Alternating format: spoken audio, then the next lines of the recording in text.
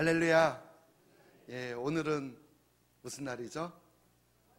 네, 어린이날이면서 또 어린이 주일로 우리가 지키고 있습니다. 저는 우리 교회 어린이들이 우리 신흥교회의 미래이며 또한 우리나라의 미래의 주역들이 될 줄로 믿습니다. 예, 또한 지금의 우리 아이들을 통하여서 우리 교회 학교가 크게 부흥하며 성장하게 될 줄로 믿습니다. 예, 그렇게 되기를 간절히 축원합니다. 또한 그렇게 되기를 저와 여러분 모두가 함께 기도해 주시기를 바랍니다. 예, 아멘. 예, 오늘 본문 말씀의 배경을 우리가 먼저 살펴보면서 말씀을 나누도록 하겠습니다. 먼저 오늘 본문 1절 말씀을 보면요, 제자들이 예수님께 천국에서 누가 큽니까? 라고 묻습니다. 그런데요, 병행 구절인 마가복음 9장을 보면 그냥 누가 크냐라고 단순하게 물은 것이 아니라 그 전에 서로 누가 크냐에 대해서 열띤 토론이 벌어졌음을 알 수가 있습니다. 그렇다면 제자들이 예수님께 왜 이런 질문을, 천국에서 누가 크냐라는 질문을 하게 된 것일까요? 바로 최근에 가이사랴 빌립보에서 베드로가 예수님에게 주는 그리스도시요 살아계신 하나님의 아들이십니다 라고 고백했을 때, 바로 예수님께서는 베드로가 고백한 그 고백 위에 교회를 세우겠다고 하시고 천국 열쇠를 주겠다고 하는 엄청난 축복을 하셨습니다. 그리고 이어서 예수님께서 제자들을 데리고 변화산으로 올라갔을 때 그 제자들이 영광스러운 모습으로 변화된 예수님의 모습을 목격한 사건이 있었습니다. 그런데 여기에서 예수님의 변화된 모습을 본 사람은 베드로와 야고보와 요한 딱 3명뿐이었다라는 사실입니다. 예수님을 정치적인 메시아로 오해하고 있던 제자들이 이 베드로가 신앙 고백을 통해서 예수님으로부터 격찬을 받게 되고, 또한 세 제자만 뽑혀서 변화산에 동반했으며 또 그 밖에 되어 납세 문제에서 이 베드로가 대표격이 되자 그들 마음속으로 예수님께서 다스릴 그 영광스러운 나라에서 과연 누가 큰 자가 될 것인가, 그러한 의문을 갖게 되었다라는 것입니다. 그런데 사실은 이러한 사건들 속에서 예수님은 제자들에게 자신이 고난을 받고 죽은 후에 3일 만에 부활할 것을 2차례나 제자들에게 말씀하셨다라는 사실입니다. 그리고 이때 이러한 말을 들은 제자들은 매우 근심했다라고 성경에 기록하고 있습니다. 우리 마태복음 17장 22절로 23절 한번 읽어볼까요? 갈릴리에 모일 때 예수께서 제자들에게 이르시되 인자가 장차 사람들의 손에 넘겨져 죽임을 당하고 제3일에 살아나리라 하시니 제자들이 매우 근심하더라. 그러나 그 근심도 잠시, 그러한 내용은 까마득히 잊어버리고 제자들은 자기들이 바라던 때가 다가오는 것처럼 느꼈다라는 것입니다. 즉 자신들의 스승인 예수님께서 머지않아 메시아로서 예루살렘에 입성하여서 그것을 정복하실 것이며, 따라서 자신들도 새 왕국에서 높은 자리를 차지하여 백성들을 통치하는 자가 될 것이라고 하는 그러한 기대를 가지기 시작했던 것입니다. 왜냐하면 예수님께서요 이런 말씀도 하셨기 때문입니다. 진실로 너에게 이르노니 여기 서 있는 사람 중에 죽기 전에 인자가 그 왕권을 가지고 오는 것을 볼 자도 있느니라. 그래서 제자들은 예수님이 왕권으로 통치할 날이 얼마 남지 않았다라는 그런 기대를 하게 되었는데, 바로 그때 몇 가지 사건을 통하여서 제자들 중 몇 명이 두각을 나타내기 시작하였다라는 것입니다. 그래서 그들 사이에 누가 더 크고 누가 높은 자리에 앉게 될 것인가 하는 보이지 않는 분쟁과 갈등이 발생하게 된 것입니다. 그래서요 얼마 후에 이런 일도 있었습니다. 마가복음 10장 35절로 37절 우리 한번 같이 읽어볼까요? 세베대의 아들 야고보와 요한이 주께 나와 여짜오되 선생님이여 무엇이든지 우리가 구하는 바를 우리에게 하여 주시기를 원하옵나이다. 이르시되 너희에게 무엇을 하여 주기를 원하느냐 여짜오되 주의 영광 중에서 우리를 하나는 주의 우편에 하나는 좌편에 앉게 하여 주옵소서. 즉 제자들은 이처럼 이러한 세속적 권력에 대한 관심을 가지고 서로 높은 자리를 차지하고 싶었던 것입니다. 그래서 누가 높은 자리를 차지할 것인가 쟁론하면서 천국에서 누가 더 큰가? 라는 질문을 한 것입니다. 결국 그 질문에는 제자들 마음속에 자신이 높아지려고 하는 인간의 욕망이 있었다라는 것입니다. 그런데 사실 이 질문은 우리가 가만히 생각해 보면 예수님의 제자들 뿐만이 아니라 오늘날 우리 모든 인간들의 관심이라고 말할 수 있습니다. 바로 누가 더 크냐 하는 문제입니다. 인간은 항상 남보다 더 크기를 원하지 작아지거나 낮아지기를 원하지 않기 때문입니다. 결국 제자들은 예수님께 천국에서는 누가 크냐라고 물었지만 사실 그것은 자신들이 크고자 하는 욕망에서 비롯된 질문이었다라는 것입니다. 이러한 의도로 질문한 것에 대해서요 예수님께서 답변하시는데 예수님은 여기에서 한 어린아이를 등장시킵니다. 오늘 본문 마태복음 18장 2절 말씀 읽어볼게요. 예수께서 한 어린아이를 불러 그들 가운데 세우시고 아멘. 서로 크고자 다투고 열띤 토론을 벌인 그때에 예수님께서 한 어린아이를 불러 세우신 것입니다. 그렇다면 서로 크고자 할 때에 이 어린아이를 세운 의미는 무엇일까요? 오늘 여기에 나오는 어린아이는 헬라어로 파이디온으로요 학령기 이전인 그 7세 이하인 어린아이를 말합니다. 일반적으로는 더 어린 우리 나이로 말하면 2살에서 4살 정도의 아주 어린아이 즉 유아를 말하는 것입니다. 바로 그런 어린아이 유아를 바로 그들 가운데 세우셨는데 마가의 기록에 의하면 예수님께서는 그 아이를 친히 안으셨다라고 말합니다.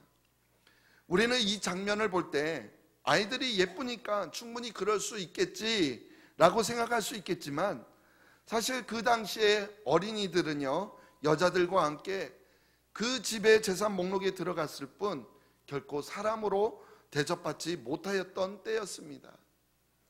그런 어린아이를 그것도 제자들이 누가 크냐라고 다투는 장면에서 안으셨다라는 것은 분명히 의도한 뜻이 있다라는 것을 말합니다. 바로 어린아이를 통해서 어린이들을 위한 교훈이 아니라 바로 어린아이를 통하여서 어른들을 교훈하기 위한 것이었다라는 것입니다. 오늘은 어린이 주일이며 또한 5월 5일 어린이날인데 어린이날은 우리 아이들에게 있어서 더없이 기쁘고 즐거운 날이고요. 또 어른들에게는 아이들과 함께 동심을 느끼는 날로 여깁니다. 그런데요, 어느 동화 작가가 이런 말을 했습니다. 어린이날은 어린이들에게 있어서 잔치날이고 어른에게 있어서는 자신의 생애를 돌이켜보고 반성하는 날이다. 그렇습니다. 우리가 어린이 주일을 맞이하여서 우리 어린이들에게 꿈과 희망을 심어줄 수 있는 계기가 되었으면 합니다. 무엇보다도 우리 어린이들에게 하나님의 사랑을 전할 수 있었으면 좋겠습니다. 하지만 우리가 그것으로 끝나는 것이 아니라 우리 어른들도 아이들을 축복해 주는 것으로 끝나는 것이 아니라 이 동화 작가가 말한 것처럼 자신의 생애를 돌이켜보며 반성해 볼 수 있는 그런 날이 되었으면 좋겠습니다. 그래서 오늘 주신 말씀을 통해서 예수님께서 한 어린아이를 통하여 우리에게 전하시고자 하는 메시지가 무엇인지를 우리가 함께 깨닫고 은혜 받는 시간이 되기를 바랍니다. 그렇다면 예수님께서 이 아주 어린아이를 통하여서 제자들에게 또한 우리들에게 말씀하시고자 하는 것은 무엇일까요? 자, 오늘 본문 3절 말씀 같이 한번 읽어보겠습니다. 이르시되 진실로 너희에게 이르노니 너희가 돌이켜 어린아이들과 같이 되지 아니하면 결단코 천국에 들어가지 못하리라. 아멘.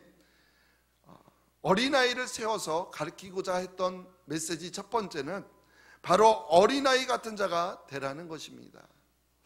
그러면 예수님께서 무엇 때문에 어린아이와 같이 되라고 하신 걸까요? 우선 여기에서 돌이켜, 이 돌이켜라는 단어는요, 돌리다, 방향을 바꾸다, 돌아서다, 변화시키다 라는 뜻을 가지고 있습니다. 그래서 우리 인간의 마음을 변화시키는 내적인 회심을 말하며 또한 하나님께로 돌아오는 것을 말합니다. 즉 세상으로 향하던 그 발걸음을 돌이켜서 하나님께로 향하여 하나님께로 돌아가는 것을 말하는데, 이것을 무엇이라고 하죠? 회개라고 합니다. 즉 본문에서 돌이키라는 말은 회개하라는 말입니다. 그러면 무엇을 회개하라는 것일까요?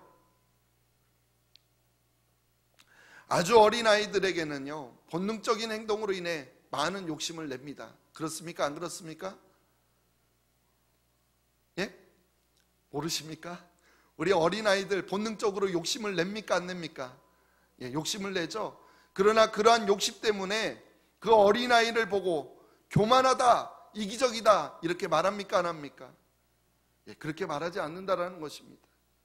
즉 어린아이에게는 교만하고 이기적인 야망 같은 것을 찾아볼 수가 없습니다.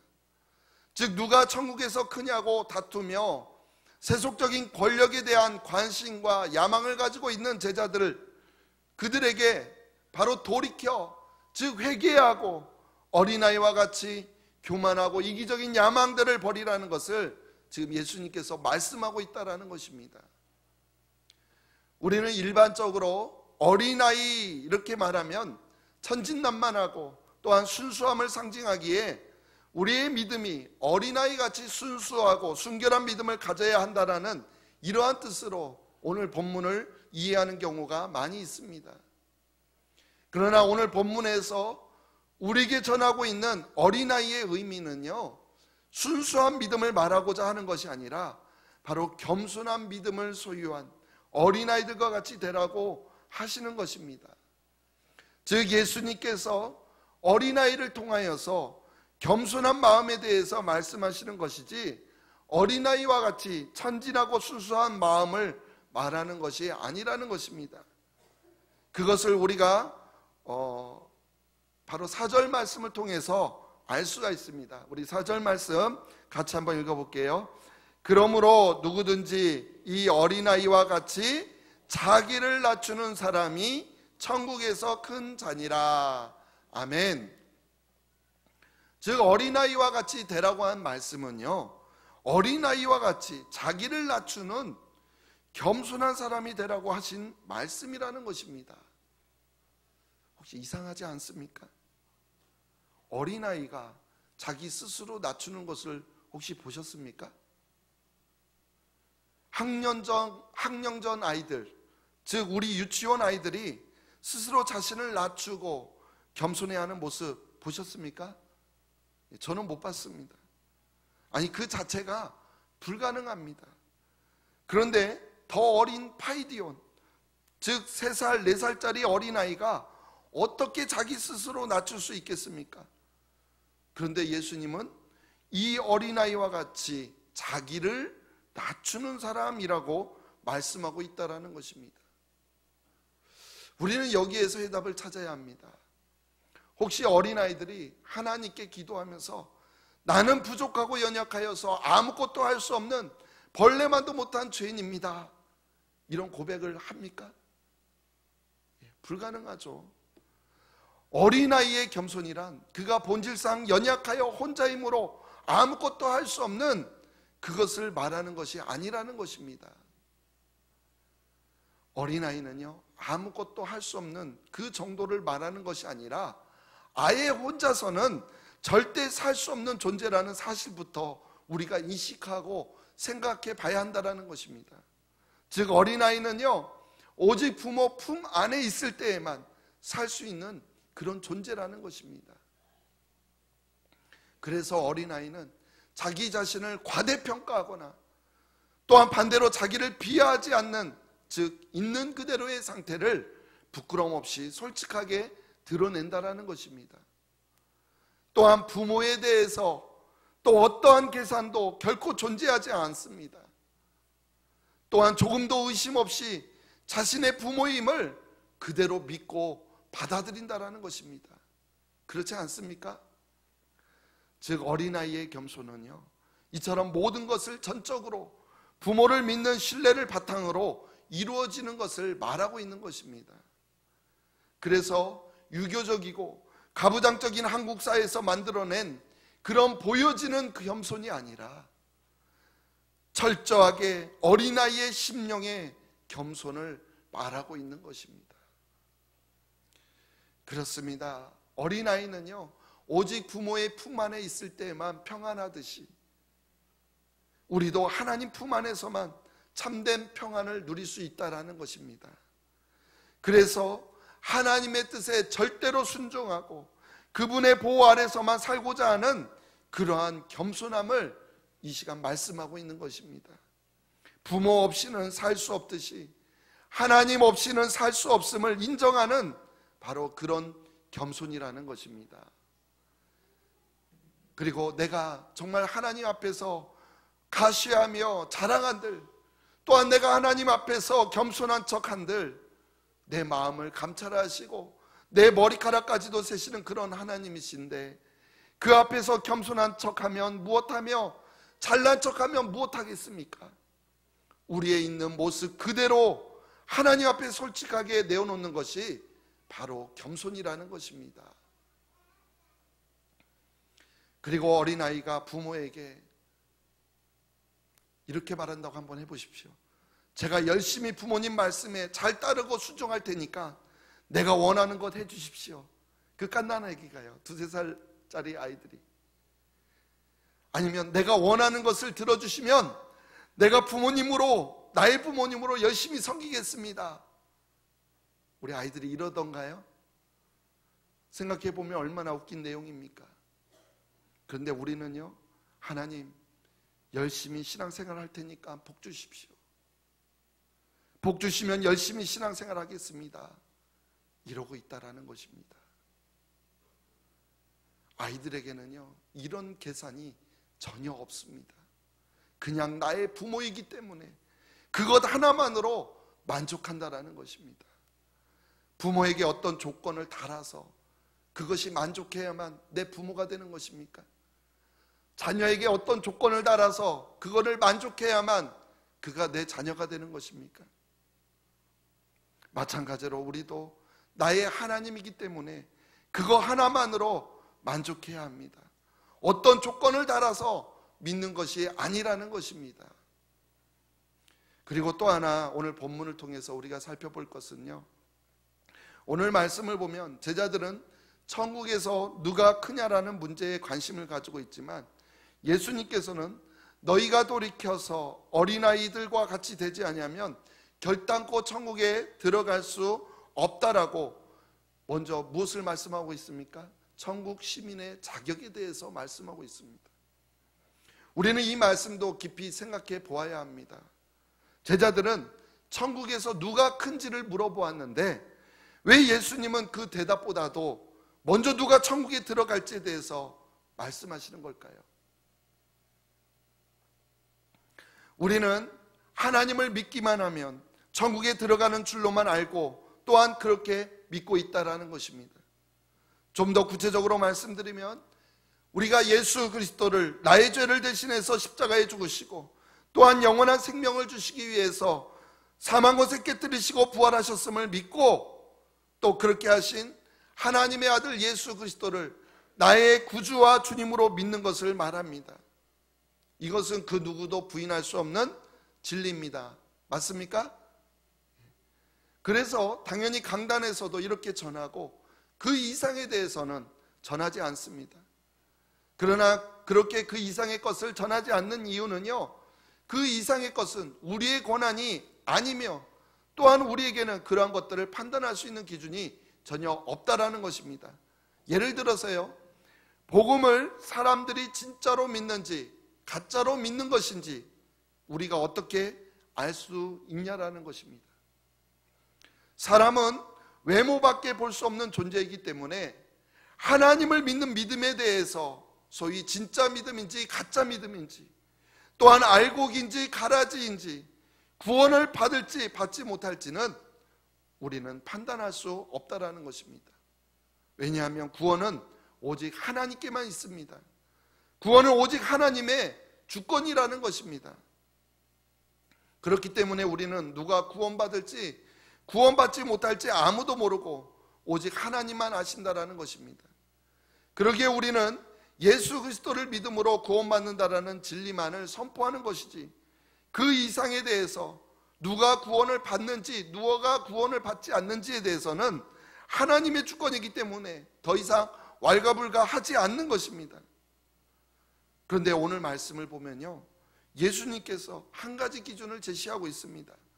너희가 돌이켜 어린아이들과 같이 되지 아니하면 결단코 어디에 들어가지 못하리라? 천국에 들어가지 못하리라. 어린아이들과 같이 되어야만 천국에 들어갈 수 있음을 지금 예수님께서 제시하고 있는 것입니다. 당연히 천국은 자기들의 것이라고 생각했고, 오히려 그 나라에서 누가 더 크냐라고 논쟁을 벌이고 있는 제자들에게 지금 예수님께서는요, 먼저 천국에 들어갈 수 있는지 없는지를 말씀하고 계시면서 천국은 당연히 들어갈 수 있다라는 그 생각 자체를 지적하고 있는 것입니다. 그렇다면 우리는 어떻습니까? 우리는 예수 믿으니까, 또 교회 나왔고, 또 교회 나왔으니까 당연히 천국에 들어갈 거라 생각하고 있지는 않습니까? 절대로 그렇지 않습니다. 여기에 있는 우리 모두가 다 천국에 들어갈지, 아니면 우리 모두 다 천국에 들어가지 못할지, 아니면 여기에서 몇몇 사람만 들어갈 수 있는지는 아무도 모른다라는 것입니다. 여기에서 우리 중에 누가 구원받을지는 오직 하나님만이 아십니다. 그런데 예수님께서 이런 말씀을 하십니다. 너희가 돌이켜 어린아이들과 같이 되지 아니하면 결단코 천국에 들어가지 못하리라.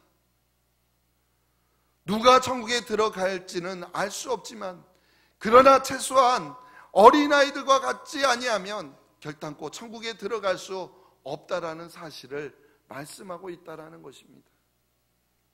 그리고요, 그 다음에서야 제자들이 말한 천국에서 누가 큰 자에 대한 답변을 말씀하십니다. 그러므로 누구든지 이 어린아이와 같이 자기를 낮추는 사람이 천국에서 큰 자니라. 지금 예수님께서는 어린아이와 같아야만 천국에 들어갈 수 있다 이렇게 말씀하시고, 어린아이와 같아야만 천국에서 큰 자라고 말씀하고 있다라는 것입니다. 그렇다면 이것은 무엇을 말하는 것일까요? 어린아이와 같아서 천국에 들어간 모두는 다 큰 자라는 것입니다. 그렇습니다. 우리는 천국에서는, 우리가 생각하는 천국은 최소한 우리가 생각하는 그 큰 자와 작은 자의 구분이 없다라는 것입니다. 어린아이 같은 자가 천국에 들어갈 수 있고, 그런 어린아이 같은 자가 천국에서 큰 자라고 말하고 있는 것입니다. 어린아이가 큰 자와 작은 자가 구분이 있습니까? 결국 우리 마음에 조금이라도 크고자 하는 마음을 가진다면 그 자체만으로 어린아이와 같이 될 수 없다라는 것을 말합니다. 그리고 어린아이가 되지 못하면 어디에 들어갈 수 없다고요? 말하기가 두렵습니까? 아직도 우리는 이 하나님 나라, 즉 천국의 개념을 이 세상의 개념으로 이해하려고 한다는 것입니다. 그러나 하나님의 나라는 지위와 계급이 있는 그런 나라가 아니라 오직 하나님만이 우리의 왕이시며, 그래서 우리는 모두 하나님의 백성이며 자녀인 나라, 바로 하나님의 통치가 이루어지는 곳이 바로 하나님의 나라라는 것입니다. 그런데도요, 오늘날의 교회를 보면 여전히 서로 높아지려고 하는 것 때문에 문제가 발생하고 있지 않습니까? 서로 낮아지려고 하는 것이 아니라 여전히 서로 높아지려고 다투다 보니 교회 내 분열이 생기고 언성이 커지고 다툼이 생기는 것 아니겠습니까? 우리가 어린아이를 통하여서 천국의 모형을 깨닫게 되면 제자들처럼 어찌 누가 크냐라고 다투겠습니까? 결국 우리 모두는 어린아이와 같이 겸비한 심령이 되지 않으면 결단코 천국에 들어가지 못할 것입니다. 그런데 이 말씀은 겸손한 인격과 행위가 구원의 조건이 된다는 뜻은 결코 아닙니다. 구원은 전적인 하나님의 주권이며 또한 전적인 하나님의 은혜라고 앞에서 말씀드리지 않았습니까? 그러나 하나님의 은혜를 받은 자는요, 바로 이 어린아이처럼 교만하지 않고 겸손해진다라는 사실입니다. 그렇기 때문에 겸손이요, 구원의 조건은 절대 될 수 없지만, 절대 아니지만, 하지만 구원받은 자의 증표로 바로 이러한 모습이 나타난다라는 것입니다. 그렇습니다. 천국은요, 이 세상과는 분명 다릅니다. 이 세상에서는 사람들이 자기를 높이려고 모든 수단과 방법까지 다 동원하지만 천국에서는 정반대입니다. 오히려 자기를 낮추는 그 사람이 천국에서 큰 자가 되는 것입니다. 이처럼 천국의 원리는요, 섬김의 원리입니다. 천국의 주인이신 예수님께서 친히 낮아지셔서 우리 죄인들을 위해 죽어주셨습니다. 그리고 그 예수님은 우리를 섬기기 위해서 이 땅에 천하고 낮은 모습으로 오셨습니다. 그래서 살인 강도도 구원하셨고요, 창녀도 불쌍히 여기시고 사랑하셔서 용서해 주셨습니다. 그런데요, 그런 예수님께서 저주까지 하시며 미워한 한 부류가 있습니다. 살인 강도까지도 창녀까지도 용서하신 예수님께서 미워하신 부류, 어떤 부류죠? 바로 바리새인 같은 외식하는 사람, 즉 교만한 사람이었습니다.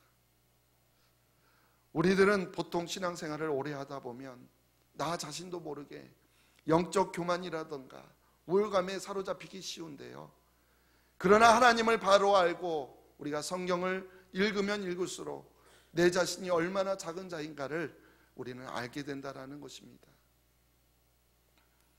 이처럼 우리는 말씀 중심의 신앙생활을 하다 보면 이러한 사실을 깨닫게 되는데, 그렇지 못하고 우리가 신앙생활을 하나의 종교생활로 인식하고 선을 쌓기 위해서 자기 중심, 인간 중심의 신앙생활을 하게 되면 갈수록 교회 안에서도요, 지위나 권위에 눈을 돌리게 되어 있다라는 것입니다. 언제 예수 그리스도께서 제자들에게 자기를 높여달라고 요청하셨던 적이 있었습니까? 언제 높은 자리에 앉으려고 우리 예수님께서 하신 적이 있으셨습니까? 오히려 그분은 하나님의 본체시나 영광을 버리고 낮아지시되 종의 형체까지 취하지 않으셨습니까? 그분은 섬김 받으려 오시지 않고 도리어 섬기려고 하고 자기의 목숨을 많은 사람의 대속물로 주지 않으셨습니까? 아무도 감사하지 않고 그를 위하여 아무도 변호하지 않고 모두 다 등을 돌렸으며 심지어 그를 배신하기까지 하였습니다. 그럼에도 불구하고 그분은 그런 배신한 자들을 위해서 묵묵히 십자가를 지시고 그들을 위해 피 흘려 죽으시지 않으셨습니까? 그래서 우리는 그분이 이렇게 한 일을 통하여서 우리는 아무 자격이 없지만 어떤 공로도 없지만 그분과 함께 천국의 자리를 상속받게 된 것 아닙니까? 그런데도 왜 우리에게는요, 어린아이와 같이 자기 자신을 낮추는 모습은 왜 보이지 않는 것일까요? 말씀을 마치려고 합니다. 예수님은 산상수훈의 팔복 중에서 단 두 가지의 복 있는 사람이 천국을 소유한다라고 말씀하십니다. 심령이 가난한 자는 복이 있나니 천국이 그들의 것이며. 천국이 누구의 것이라고요? 심령이 가난한 자의 것이라고 말씀합니다. 의를 위하여 박해를 받는 자는 복이 있나니 천국이 그들의 것임이라. 여러분, 이 두 가지 중에서요, 바로 심령이 가난한 자가 오늘 말씀에서 말하는 어린아이와 같은 모습이 아닐까요? 전적으로 부모만을 의지할 수밖에 없는 어린아이의 모습을 통해서요, 그리고 그분이 나의 부모라는 것을 조금도 의심하지 않고 믿는 어린아이의 모습처럼 아무것도 없고 아무 능력도 없고 아무것도 할 수 없어서 그래서 아무 쓸모도 없지만, 그러나 전적으로 하나님만을 의지하는 그러한 가난한 심령을 가졌다면 분명 그는 어린아이와 같은 낮은 자의 모습일 것입니다. 가난한 심령을 가진 우리 모두가 이 어린아이처럼 자신을 낮추는 그런 우리 모두가 되기를 바랍니다. 오직 겸손하고 낮은 자의 모습으로, 가난한 심령으로, 그래서 하나님만을 온전히 의지하며, 그래서 우리 모두가 그 천국을 소유하는 저와 여러분들 모두가 되시기를 간절히 주님의 이름으로 축원드립니다. 하나님 아버지, 그렇습니다.